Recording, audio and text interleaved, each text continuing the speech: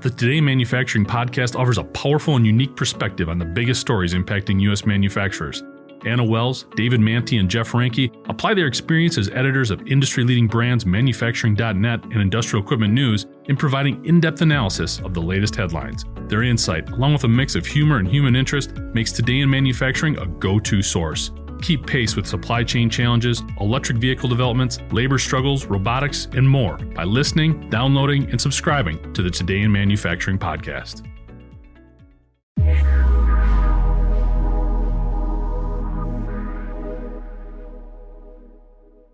I'm Nolan Beilstein, and welcome to another episode of Gen Z in Manufacturing, a podcast where I interview young people about their journeys in manufacturing, how they intend to influence the industry, and what they are looking for from an employer. For this episode, I welcome Chloe Doherty, a 22-year-old Industry 4.0 Tech Center engineer for machinery manufacturer Zoeller Inc. Doherty's interest in manufacturing started as a student in FIRST Robotics and PLTW, a nonprofit organization that develops STEM curriculum. Through FIRST Robotics, Doherty was introduced to a mechatronics CTE class where she studied many disciplines in manufacturing. She then discovered Zoeller at a career fair and went on to earn a mechatronics apprenticeship. Doherty became a full-time Zoeller employee in the spring of 2023, where she has been responsible for ensuring that the machines in the showroom are up to date and working properly, training new employees and customers, helping the technical support team with customer inquiries, and doing live or online demonstrations. Before we hear from Doherty, please make sure to like and share this episode of Gen Z in Manufacturing. To view previous episodes, visit Manufacturing.net. If you are a member of Gen Z and would like to discuss your experience in the manufacturing industry, please get in touch with me, Nolan Beilstein, at nolan@ien.com. All right, Chloe, well, thank you for joining Gen Z Manufacturing. My first question for you was, how did Zoeller get your attention when you saw them at the career fair? Well, he's got a lot of energy, and he's our training and development manager here. And he's also the one that heads up the apprenticeship program. So just hearing him speak and how passionate he was really drove me to go interview with him during the career fair. Specifically, how did they get your attention? Like, what was it about them that made you at least want to approach their booth in the first place?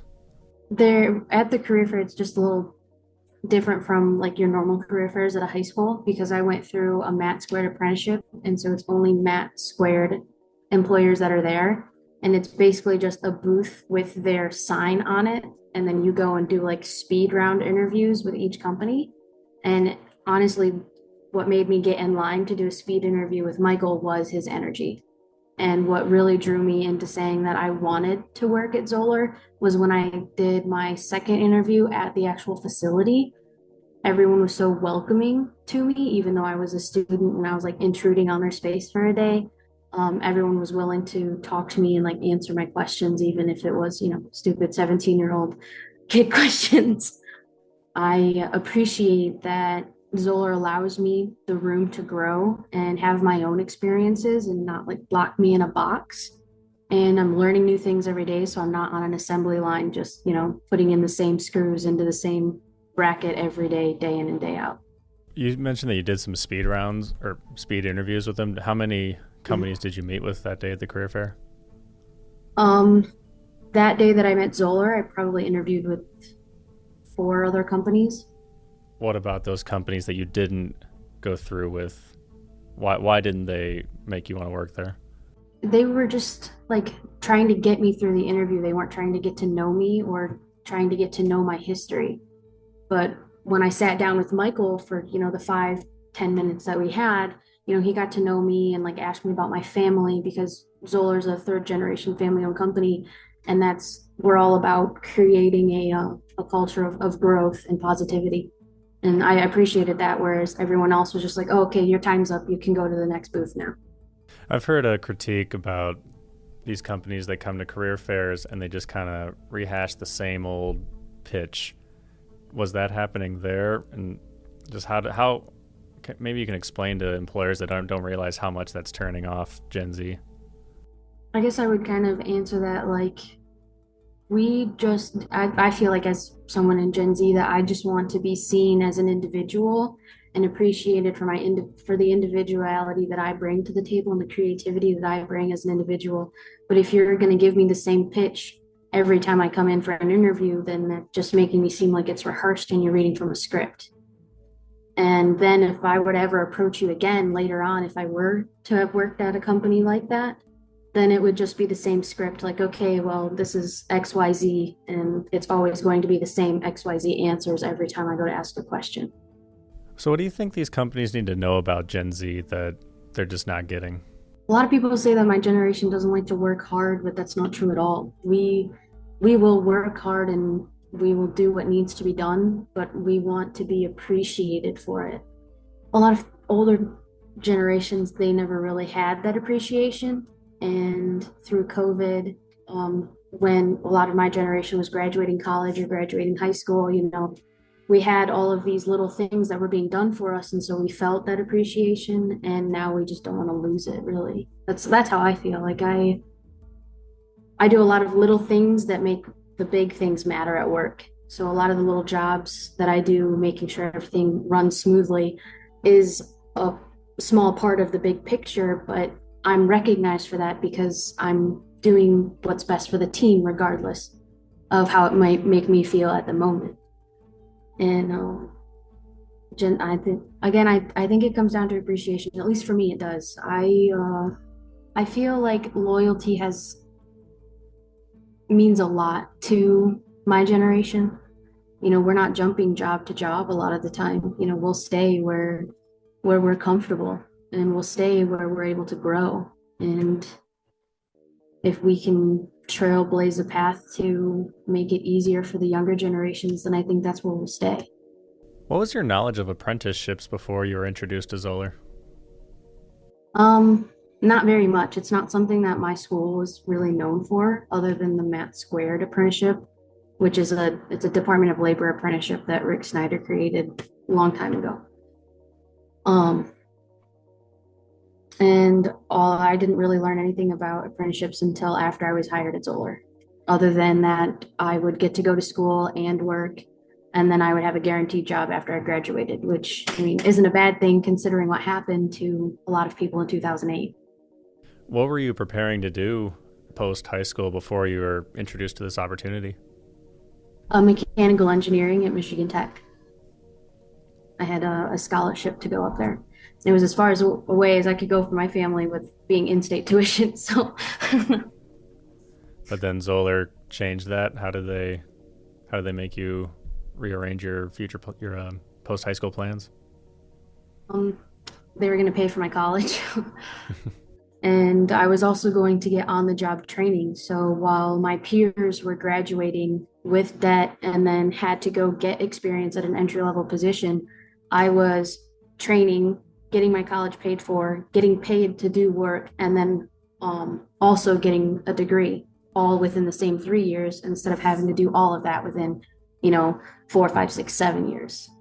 So I graduated with 3 years of on the job training already, which is huge for my age. I mean, I get that a lot. A lot of people are surprised when they hear that I started at 18 and now I'm 22 and I'm in a position where I'm not only working with, my peers inside Zoller and my coworkers and all my other colleagues, but I'm working with customers one-on-one. And I can do machine installations, and I can get into a remote session and help the customer troubleshoot their programs, even if I've never seen the tool. I have trust in myself that has grown because Zoller has allowed me to make my own mistakes and learn from them without feeling like it's the end of the world. Specifically, aside from the perks of having schooling paid for and the on-the-job training, what did you like about how they handled their apprenticeships? Michael was very close with the students that he had. Even as they graduated, he still has a connection, and we'll check in and make sure that we're doing okay, and if we need to have a sit down and discuss some things on how we can come together again.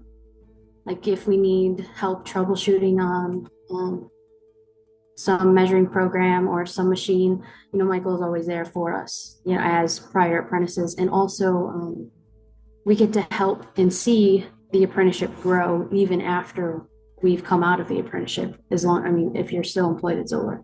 Because my big thing was that I wanted to graduate with the least amount of debt possible, and the apprenticeship allowed me to do that. And then I just kind of came into Zoller, and I love it. I'm very pro Zoller, And you mentioned that you grew to really enjoy cutting tools during your apprenticeship. What about that Yeah. attracted you? Well, we do department rotations within the apprenticeship. So then you're not only doing training, but then you're going through like our ordering department or our technical service department, or where I fell in love with cutting tools was our showroom. I worked with Matt Brothers, who is actually my current manager because now I'm the tech center applications engineer. Um, and he's a self-proclaimed cutting tool nerd. So when he got an order for a customer sent us tools because they would like a gauge R&R to be run on one of our inspection machines. And he helped me create that inspection program and then also allowed me to run it for the customer. I mean, he did all the technical descriptions and everything of what exactly was going on, but being able to actually have my hands in a customer specific project really helped me grow to love that a little bit more. And then I mean, you've met Aaliyah Shulkey, who works at Anka. I went to Anka for a couple of visits, and I liked being able to create my 3D model in their software, and then learning how to use the actual Anka grinder, and then have my little take-home end mill. After that, I just kind of fell in love, and I've gotten into skiving a little bit as well with a couple of our Zoller machines, and that's where you met me at Index. I was one of the ones that had to showcase our skiving applications, which is something we've been working on for a couple of years, and we released it last year, I think. You mentioned that you've talked with peers who are struggling to find their passion. Like, what are they saying that they're missing out on or in their searches? What's missing in their search? I think they haven't had the opportunity to find themselves in a professional manner. Like when you're students, you get to go through and you get to like experiment in your classes, and you have a lot of kids that say, oh, I like science, or I like reading, or I like writing essays. And unless you're in a career technical education class, you really don't get a professional level of I guess you don't get that exposure to what could be your passion as a career instead of as a hobby. And I don't think Gen Z has had enough push to be in like trade schools or any career technical education classes like previous generations had. Or even, the next, I think it's Generation Alpha is the one behind us. Like there's a lot more technical schools, technical high schools being created around Michigan and near Detroit that are bringing that up. And with the rise of FIRST Robotics, that's brought a lot of interest in manufacturing, and it's allowed kids to find a passion and a competitiveness that drives you to do better and be better. Why do you think Gen Z got the short end of the stick? You're talking about other generations getting exposure to these kind of opportunities. Why Gen Z get left out? I think it has a lot to do with, I mean, again, I was pretty young during the recession, but I think it has a lot to do with there's so many closures, not only for businesses, but also schools. And a lot of the public schools lost their funding. So unless you went to like a specified charter school or a specified private school, you didn't really get as much exposure to anything other than the core classes that you had to take. My cousin went to a private school, and in elementary school and early middle school, they had after school functions for art and for STEM classes like PLTW, which until I hit later middle school years, like 8th, 9th, 10th, when I got into high school as well, we didn't really get those classes because they were reserved for the high school because there wasn't enough funding to kind of trickle down into the elementary schools. But now that's becoming a lot more common because we're farther out of the recession. But I think the recession had a lot to do with the fact that there just wasn't the funding to allow Gen Z to have that exposure. So I think Gen Z goes all the way down to something 11, 12 years old. How can manufacturers get to them early to expose them to these possibilities? I think having, like field trips. We've had field trips with our high schools here at Zoller Inc. With the local, I think there's like 3 high schools in Ann Arbor. I'm from Detroit. But we've had their high schools in, a few times just to do a tour for the day and then have a lunch and they can sit down and talk about what we do here every day with actual, service engineers or our sales order processing people and get a taste of what it's like, a day in the life of a 9 to 5. And I think having those school trips earlier than 11th or 12th grade might allow the passion to build a little bit earlier inside the kids. Have you heard any critiques from your peers in similar industries regarding how their apprenticeships went? I've heard a little bit of back and forth. Like, I have a lot of my peers who very much enjoyed their apprenticeship and are also with the companies still that they were an apprentice for, like myself. And then I have people who are just waiting out their contractual obligation to be able to leave without having to pay back the tuition. And it has a lot to do with the fact that, I was treated as an equal and not really as a student, but they really weren't. They were put on a line and did the same thing every day. So how would you pitch Zollur's apprenticeship program to a high school student who is interested in the industry? I would say that we're very forward thinking and we like to be the motivator for higher education. Zollur is very much there for the apprentice, not only to help pay for college, but also to assist you as you grow as a professional and as hopefully an applications engineer for Zollur Inc. But we're there to be the cushion. So we encourage you to make your own mistakes. Actually, I have a couple of our newer apprentices installing one of our heat shrinking machines, and it's probably one of the most complicated machines because there's so many different wiring and heat shrinking technology, like boxes that have to be dress, and you have to have the plugs correct and completely secured, otherwise you could blow a fuse and it's never fun for anyone. But they're currently doing it by themselves, and I want them to make mistakes so then we can come back and we can learn together.